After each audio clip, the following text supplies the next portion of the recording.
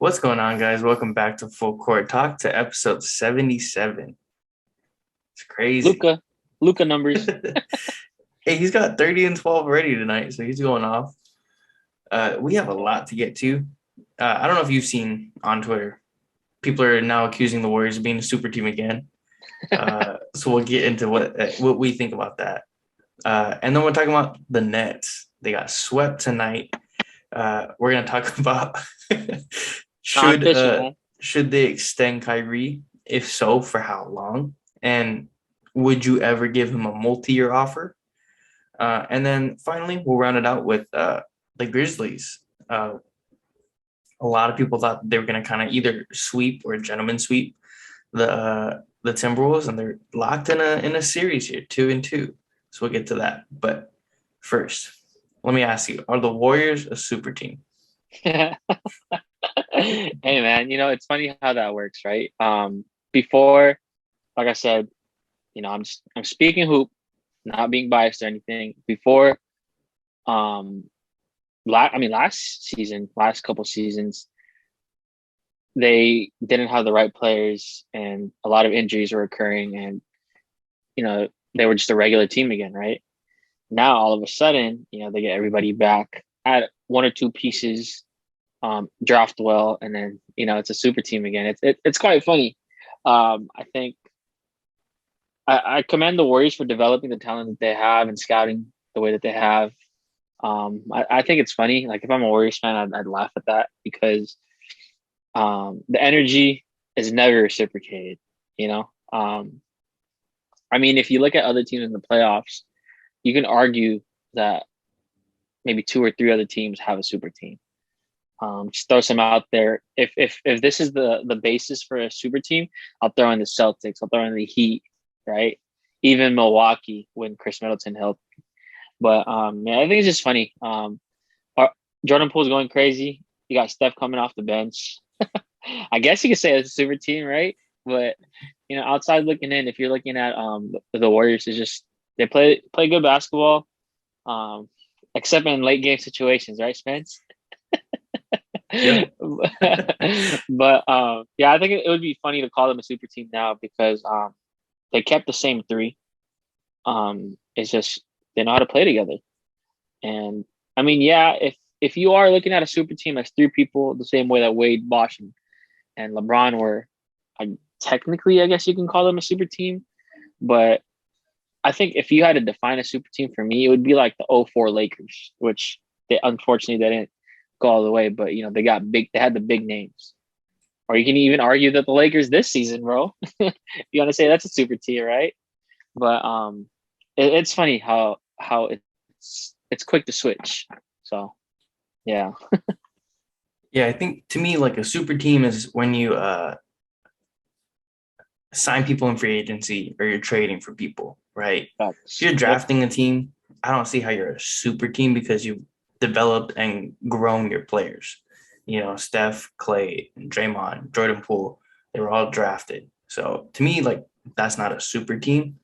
If we're talking about super teams, I mean, the Lakers, in all honesty, this season are a super team. It's a failed super team, but it's a super team. Uh, Yeah. the Nets, they're a super team. Prior to Ben Simmons, I would say. I think Ben Simmons doesn't make them a super team. We'll get into that a Yeah. little later. Um, but I think the only time the Warriors have really been a super team is when they signed Kevin Durant Yeah. because you signed one of the best players, so you become a super team. Uh, Yep. I think it's funny how like mid-season when the Warriors are racking up wins, people are like, they're not a super team. Draymond's washed. Clay's not Yeah. going to make a difference. Steph, he's pretty good. Jordan Poole is not going to do it in the playoffs. And then we get to the playoffs, rattle three straight wins. Clay Mhm. looking great. Steph looking great off the bench. Uh, Jordan Poole doing his thing. Draymond locking up Jokic. Uh, it's funny how the super team comes back when they start succeeding again. So Yep. we'll see what I agree. happens. But that was really quick. But let's get to the interesting one. Let's talk about Kyrie and the Nets. So if I'm the Nets GM, I would in no way offer Kyrie anything more than a 1+1 deal, where I'm giving him 1 year plus another team option. I'm not going to give him more than 2 years, and I'm never going to give him a player option because he's gonna accept it. Um, and I think the sad fact is, like, as much as I hate how Stephen A has been lately, he is right. Uh, Kyrie has missed a ton of games lately, and obviously it's for something that he stood up for. I might not understand it fully, but I respect it. He stood up for what he believed in, and I respect it. But at the same time, he has the job to do. And he knew going into the season that he was going to miss games. And he knew going into the season that this is a key season for the Nets. And it was ultimately the driving force between Kyrie and Harden. Harden left, and now they have Ben Simmons. Uh, so I would never, ever pay Kyrie or extend him to a long-term deal. I think he's too much of a head case. And I think, like, if there's any guys like in the NBA that I think could retire at any moment, it's Kyrie. Kyrie could really screw you. Maybe, like, honestly, he just doesn't want to play anymore, or maybe KD wants to leave. That team doesn't want him, so he's like, I'm hanging it up. You never know. But knowing everything now, would you extend Kyrie?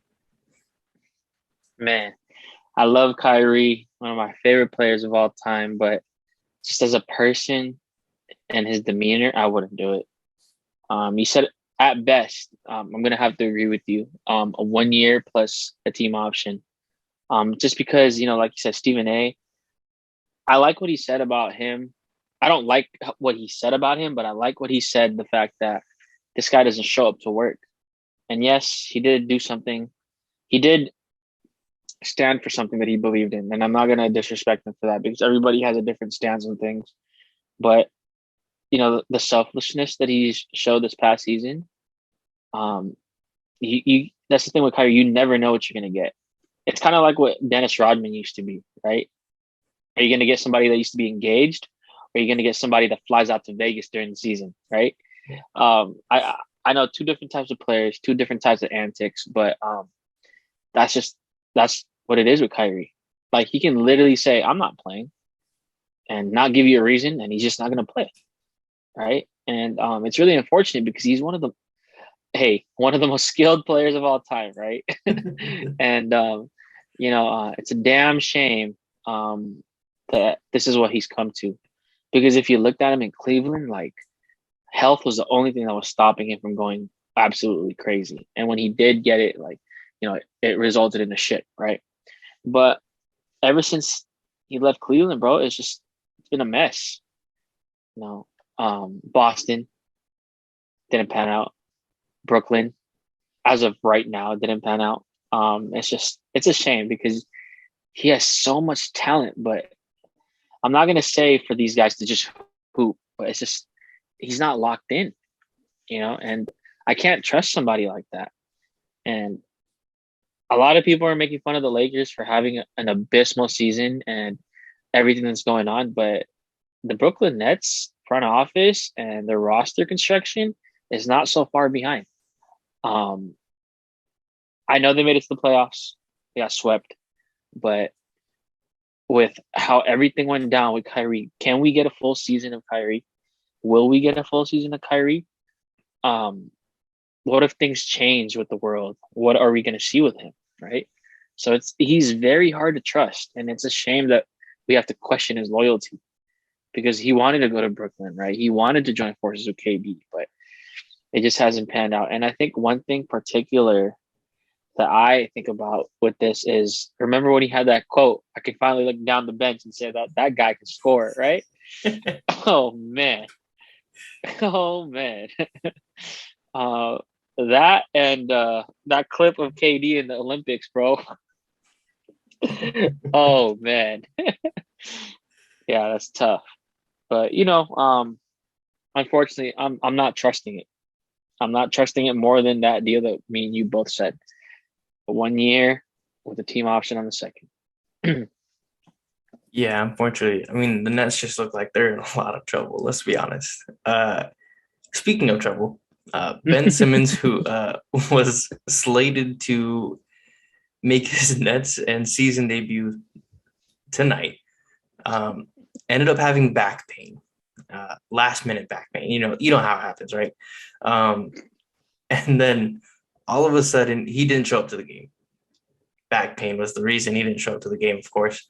So let me ask you, are you at all concerned about Ben Simmons' lack of wanting to play at all? Oh man, I mean, right now my back hurts. I'm sitting at this chair and I'm still here, right? No, but yeah, it's definitely concerning because he wanted to change his senior. He's the one that pushed for this. And it might not have been equal as to how Harden did it, but he pushed for this. And he said it himself. He will never stand by another sweep for his team. And what happened tonight, bro? You know what? The statistic for a team that's down 0-3, right? It's like 0 and like a lot. Let's put it that way. I don't have the number on top of my head, but it's never been done. If any team was to do it, it would be a team with Ben Simmons, Kyrie, and KD, right? But he didn't even want to try. That is concerning. So like either he's the biggest finesser of all time, or he just didn't really want to come and play. I don't know, man. It's if I'm playing with KD and Kyrie, and I'm in a situation where I can clear my name. Think about it. The year that he's had with Philly, right? If he showed up and went crazy, I'm not saying that he can because he's coming from injury, but he helped Brooklyn come back from 0-3. Bro, the storyline with that, you know what I mean? Not saying it was a guaranteed, but it's just he had control of how his career would have panned out from this very moment. But who knows, right? I like seeing both sides. Who knows? What if his back is really messed up? You never know. But then again, the reports of him coming out to play wouldn't have surfaced if that was the case. And so at the end of the day, I am concerned because a person from the gym and I were talking about this earlier. If this keeps up, he will get blackballed, bro. Yeah. Probably not the same way that Enes Kanter or whatever his name is now, no disrespect, is being blackballed right now. That's gonna happen. And even though he's a great player who can go to a team that can help right away, that could happen. The only team that probably give him a chance is the Knicks. Yeah, sorry, bro. But yeah, it's a shame. I'm concerned. I would definitely be concerned. Yeah, I think there are rumors that he is filing a grievance against the Sixers to get his $20 million back because he was dealing with mental issues, which makes sense. Like that's a valid reason to miss games. But if that's the sole reason why he's Yeah. missing these games, it's really concerning. If he's more concerned about the $20 million that he could be losing out on, that's a major concern. And if that's the sole reason why he's missing these games, then you get to the point where does he care about winning and playing basketball or does he care about the money? And I think that's the concern for me because, like, is that why he's missing these games? Is it really back issues or is it his just wanting to get his money back and filing for a better case? So True. I don't know what's going on with the Nets. And I think I used to be a big Ben Simmons fan. Maybe not a fan, but like I really liked his game. I thought he could be really good. Same. And then all of a sudden he's just gone. Like he's not playing. And it doesn't seem like there's an end in sight. They they met with Rich Paul and Nets brass with Ben Simmons to talk about his future, and that's not a good sign. So we'll see what happens with the Nets. I'm interested to see how their offseason goes. They already said they're not going to fire Steve Nash, even though I think he's a terrible coach, and I don't think that's really his fault. I think that's more so Kyrie and KD being like, okay, we're going to do our thing, and you just kind of stay out the way. That's kind of what it feels like to me, you know. But I agree. It's a tough spot for him. It's a tough spot to be a Nets fan at this point because you traded one of the best scorers, even if he wasn't panning out that way. You traded him for someone that's not even going to play. Yeah, and I just want to say this. Yeah, you had three of arguably the best players. I mean, they belong to be in 75. I don't know why Kyrie's not there, but um, if I was a GM or an owner or anything like that, I would sit these guys down and actually just try to figure something out, because I believe the team that they had before was better than what they have now. And don't get me wrong, no disrespect to Seth, to Drummond, to Dragic, but you can argue that before it was panning out, because Harden was actually kind of hooping more than he is now. With Steve Nash, he wanted to go above and beyond. Not above and beyond. He wanted to go a step higher in a player development coach. And it might be, and KD definitely had some say in that. Because remember, we discussed this in our previous podcast, or not previous, but like an earlier podcast about the Brooklyn Nets finding a coach that can tend to the needs of KD and Kyrie, that will allow them to be KD and Kyrie, that won't force them to do something that they don't want to. So I said this earlier on Twitter, and I said this to you earlier, Spence. The Nets got out coached, and Steve Nash doesn't have to be fired, but he just can't be the head coach.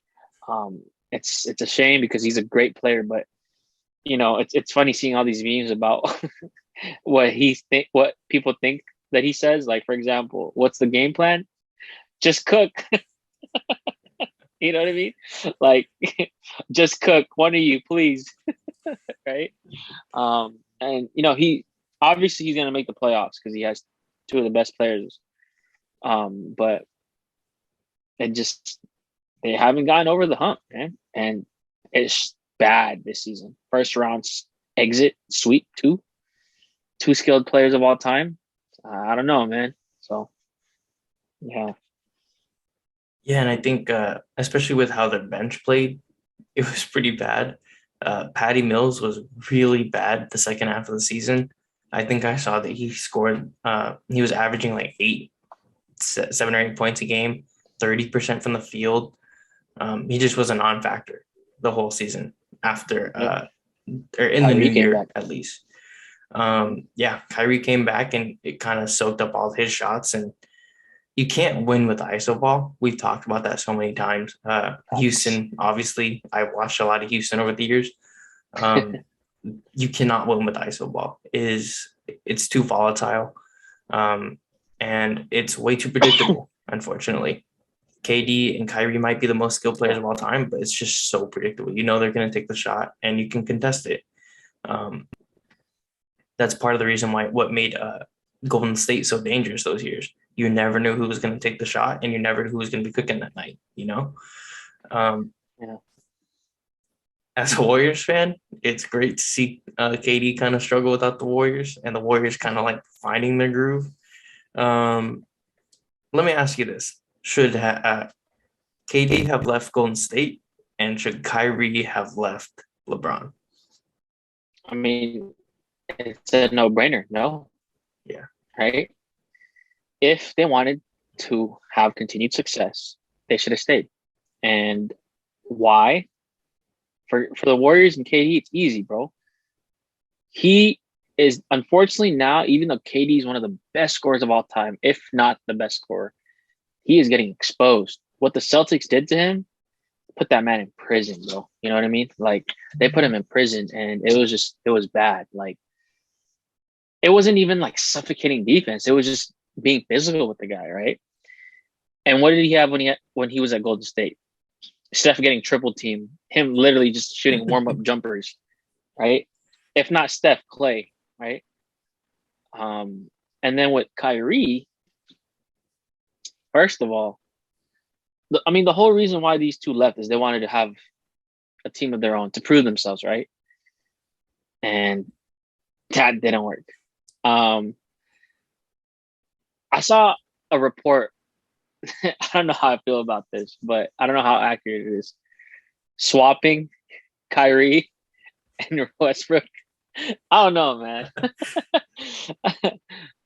This ain't 2016 no more. But I to answer your question, they should not have left. If KD did not leave the Warriors, I would hate my life right now. There was no beating that Warrior team, bro. Like I would literally hate my life. But Kyrie too, because even though Kyrie is a point guard, I feel like he's a natural scorer, so he plays more off the ball. And what does LeBron like to do? He likes to pass. So that's why they work well together. But yeah, and to be honest with you, I would not be surprised if they found themselves back in each other's arms, KD and Kyrie. If KD finds a way to go back to you guys, or Kyrie finds a way to team up with LeBron and Bronny, you know, it's it's a pride thing at the end of the day. But yes, they should not have left. Yeah, I mean, I agree. I think at the time, like I understood it. Kevin wanted his own team. Mm-hmm. He shouldn't have left. The Warriors and him made one of the best teams in NBA history. Imagine if they added they still had KD and they had Jordan Poole too.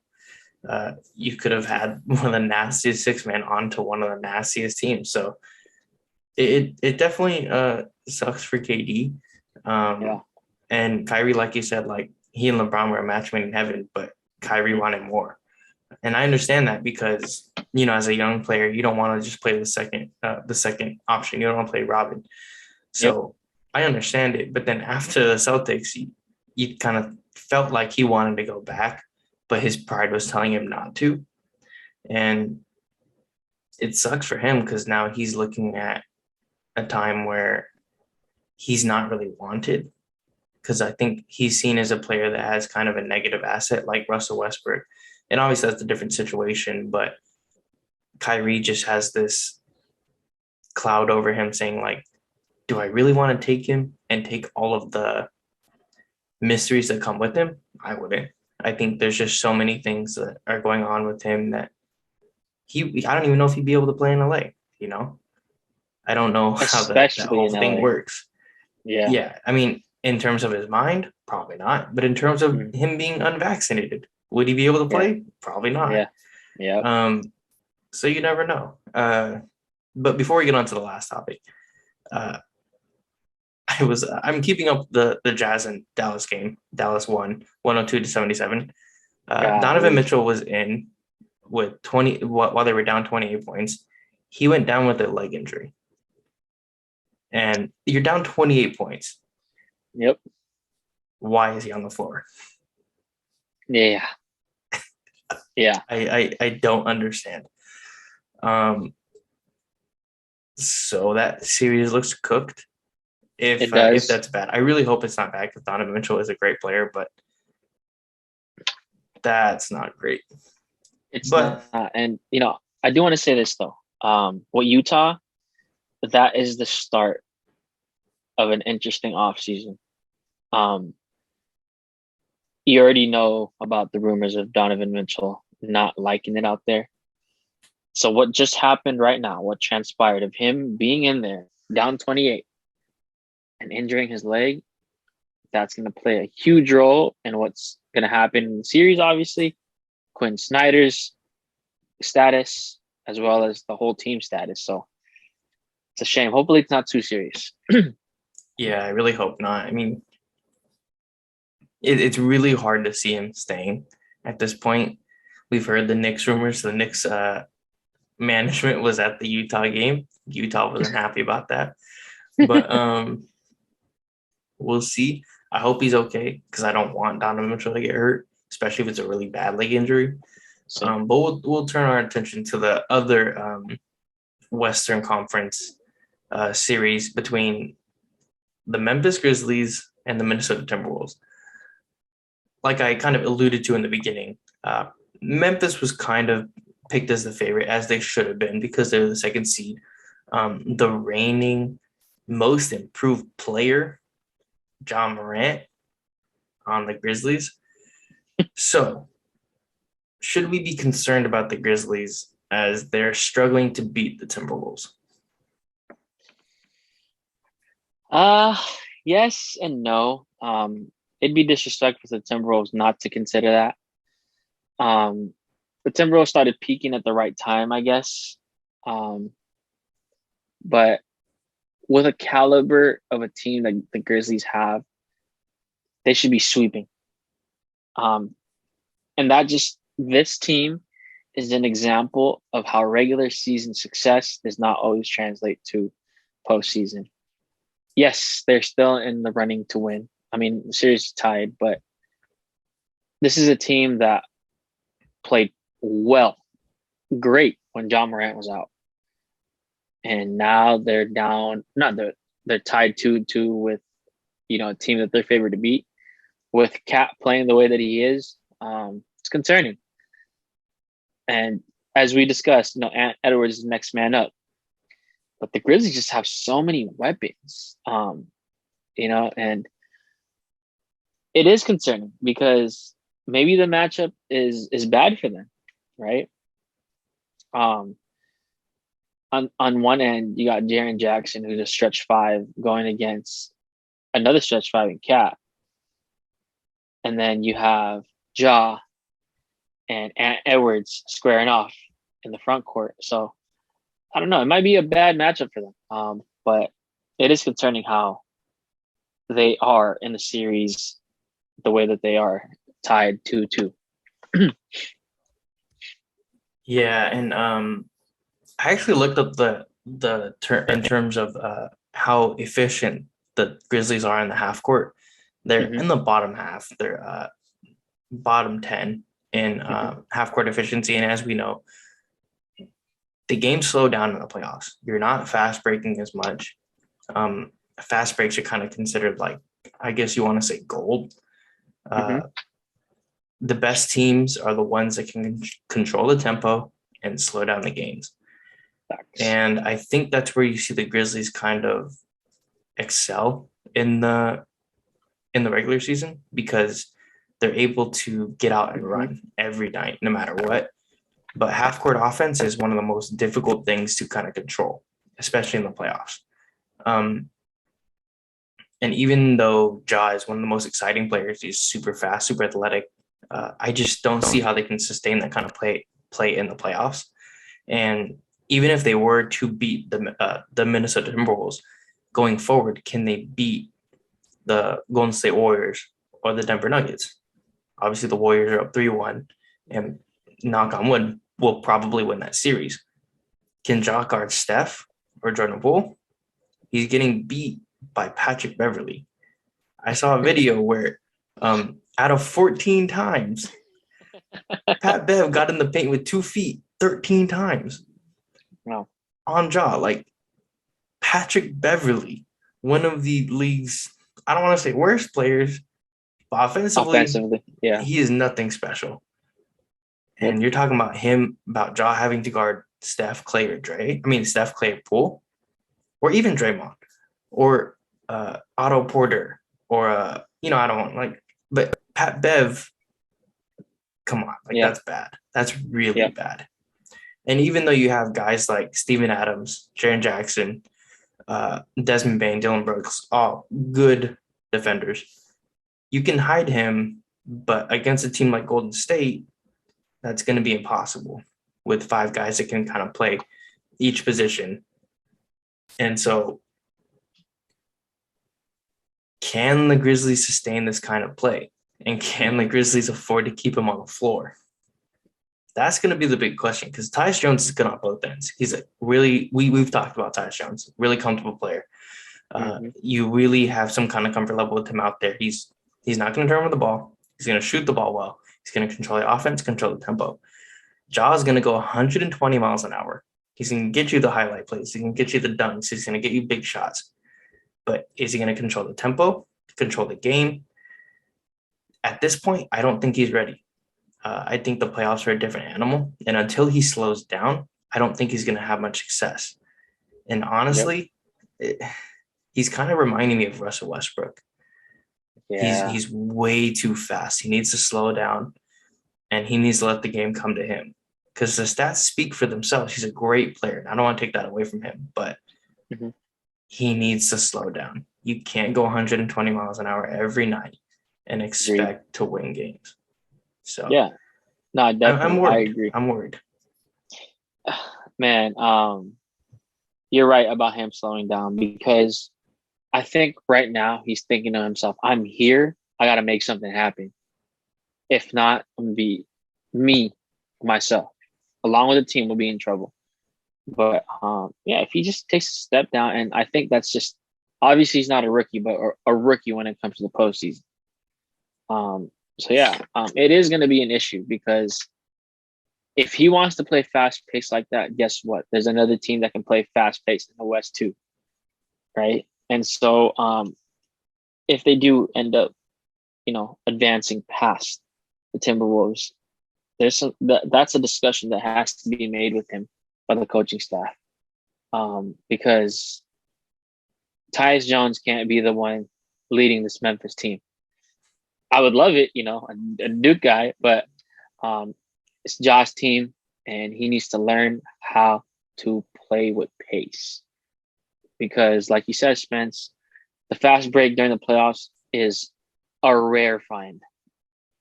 If you can find it, great, but it's like a game of chess during the playoffs. One coach trying to outdo the other, and players trying to perform. So, yeah, he just needs to slow down. You're right, because if not, he'll legit those comparisons with Westbrook are going to come into fruition, and you don't want that.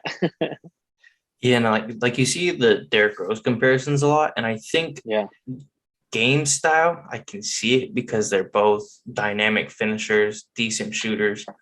But in yeah, terms of how they run the team, he's definitely closer to Westbrook. mm-hmm. And that's not a comparison you want at the moment. I think Ja can turn it around. I think he's going to be one of the best point guards, if not the best point guard at some point in time. Mm-hmm. But he definitely just needs to learn how to control the game. Because as a point Oh yeah, guard, he's kind of like he gets a ton of assists. He's a great passer, but I think he doesn't control the team as well as some other point guards. Obviously we can't compare him to Chris Paul. Chris Paul's an anomaly, but I guess you could compare him to Tyus Jones. Tyus Jones is a guy who controls the team, controls the tempo. And yep. you're right. They will not go anywhere with Tyus Jones leading them. So John needs to step up not as a leader, but as someone who can control the team. Exactly. And another thing I want to say about him is, yes, we all know that he won MIP, but that gesture that he had for Desmond Bain, I respect that so much. Yeah. I respect that. And the only thing is, if I'm a Warrior fan, I'm thinking, hey, man, Poole should have won. He's just giving it away to a teammate. Like, you know what I mean? But I respect that gesture. It just shows how close this Memphis team is. And, Desmond Bain is up there with most improved players. I don't think he deserves to win it, but he definitely had his most improved moments this season. I can't believe he made as much threes as he did last game. Like, he was torching it up, and he's like huge, bro, but he can, like, you know what I mean? Like, he's got such short arms, he just it's easy flick. Yeah, no, it is, and like he's shooting that thing, man, like letting it fly, and shout out to him for going crazy. The 3-point contest, we didn't like he didn't do nothing. But hey, you know what? I guess he wants to wait. He wanted to wait till the playoffs, but shout out to Ja, because that was a dope gesture. I'm being part of a team. If somebody did that to me, one of the best players did that to me, like I would feel a good type of way, So yeah. Yeah, I think that kind of speaks to his leadership qualities, because I think he's a great leader. Like he seems like a great teammate. Even when he was out, like he was constantly cheering on his teammates. Because you always see those NBA guys that when they're hurt and their team is succeeding without them, they kind of like fade into the back, or like they're not out there being the cheerleader. And I think that was the cool thing about Ja. Like he was always hyping up his guys. Like I really like Ja, and I really like where he's gonna go. I just don't like the agenda the NBA is kind of pushing for him. I think that's gonna work against him. I think it's gonna be something that people hold against him. Like honestly, I am right now. I can't, like, honestly, like he's a hell of a player, and I think he's gonna be such a star down the road. But we'll see. I'm excited because the playoffs are getting interesting now. I think the Raptors gonna make that a little sweet to get that 3-0 victory. Hey, you know what? the only thing I am hoping for is that there are no more injuries, man. D Book, Yeah. Chris Middleton, like it is an absolute shame to see because they're robbing us of great series. Um, and no disrespect to the next man up filling in for these roles, but I just hope that there's nothing else. And um, it's only going to get more interesting from here. I think now that Brooklyn and the Celtics are over, the next entertaining series has to go to Minnesota and Memphis. Yeah. So we'll see what happens with that because, as we talked about, like it is concerning how they're 2-2 right now, man. If anything, that should be a 3-1 lead for them. So Yeah. And we'll see. before we end it, I do want to give a huge shout out to Jose Alvarado for getting Chris Paul. Yeah, man. Hey, you know what? It's funny because when I was watching him in Georgia Tech, I hated him in Georgia Tech, Duke, but he wasn't doing any of that. And I think it's so clever and so smart because he's an undrafted rookie and he made a name for himself, a household name with the characteristics that he's showing, you know what I mean? And people will remember him for that, and let's not forget, like he's a hooper. He can hoop, can he shoot? Yes, he can. Right. So yeah, shout out to Jose Alvarado, man. And also Herbert Jones. Yeah, Herb Jones. Yeah, Herb Jones. Which is nice. Yeah, they're not backing down to Chris Paul, man. We already talked about it. This guy's antics, bro, and the fact that they're not backing down or letting themselves get affected, like I respect that. And hey, man, I just want to say it's 2-2. I'm not gonna say anything, but number one seed is in trouble, man. Yeah, I know you'd be happy to see the Suns fall. I would be Oh too. yeah. Let me salsa to that, Jay Crowder. Man, But this just goes to show that both conferences, East and West, the NBA is wide open. Yeah. I mean, there's still a dominant team, like I said, your super team of the Warriors, but it's wide freaking open, man. Like anybody, on both conferences can take it. And I think that's what makes it more entertaining, right? As opposed to, like, for example, like, during the bubble or when the Warriors had KD, like, it's like you knew who was going to be there, right? Yeah. Now we can make our guesses, but it can still go either way. So I think that's what makes it very entertaining. Yeah, like you got Philly and the Raptors. Could be man. The first 3-0 loss. Ooh, and it would be right that Doc Rivers gets that. That's a great look for him on his resume. Future Lakers head coach, baby. Oh, hell no, bro. Hey, Nick Nurse, pull it off and then lose. Come to LA, man. Yeah. But that's going to do it for us for Podcast 77. Appreciate you, CJ, for coming back on. Of course, bro. Can't miss the Luka episode, man. Hey, apparently Luka can't miss too with the 30-point dub. But like and comment. Check our links down in the description. But that's going to do it for us. We'll catch you guys in the next one. Peace.